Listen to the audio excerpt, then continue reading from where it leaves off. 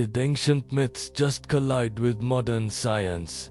Deep in a remote, almost inaccessible mountain range, a team of archaeologists stumbled upon something straight out of legend: the Cave of Feathers. This isn't just any cave. Inside, preserved for millennia, were enormous feathers, some measuring over 6 feet long. What kind of bird could have shed these? The discovery sent shockwaves through the scientific community. But that was only the beginning. As the team ventured deeper, they found the cave walls covered in intricate carvings. These weren't random doodles. They were unmistakable depictions of a massive, eagle-like bird with lightning bolts shooting from its eyes and wings that seemed to blot out the sun. These are classic symbols of the Thunderbird, a powerful mythological creature from various indigenous cultures of North America. For centuries, the Thunderbird was considered a myth, a powerful spirit that controlled storms and protected humans. But what if it was more than just a story? What if it was real? The mystery intensified when they began excavating the cave floor.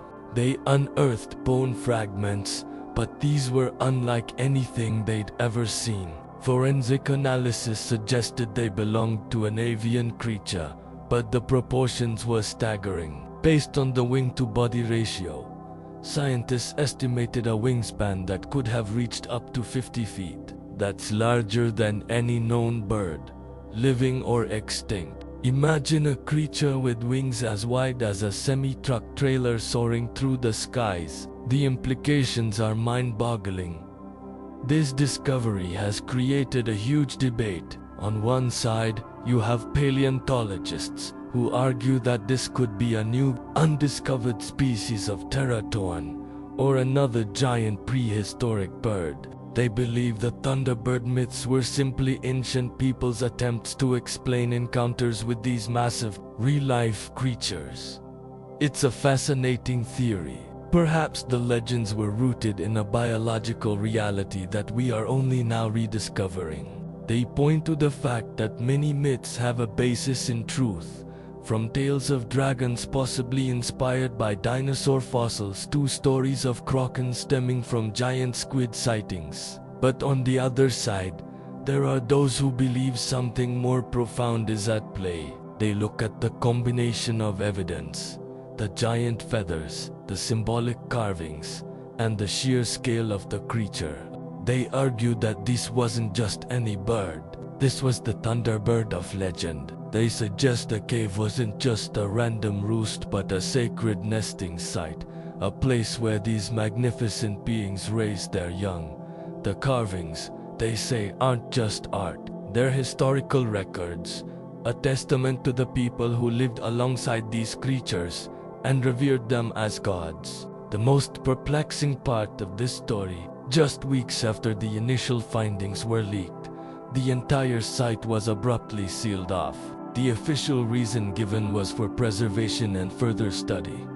Government agencies and archaeological institutions have been incredibly tight, releasing no new information. This secrecy has only fueled speculation. Why seal the cave? Are they trying to protect a priceless archaeological site from looters? Or are they hiding something that could rewrite history as we know it?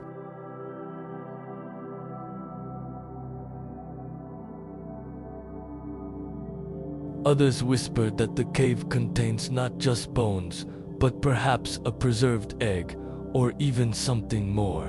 The fact that the discovery was made on land considered sacred by local indigenous tribes adds another layer of complexity. Many tribal elders have stated that their oral histories have always spoken of this place, warning that it should never be disturbed. They believe the cave is a sacred portal, a place of immense power, and that the scientists have awakened something they do not understand. Let's delve deeper into why. Some are convinced this was a Thunderbird nesting site.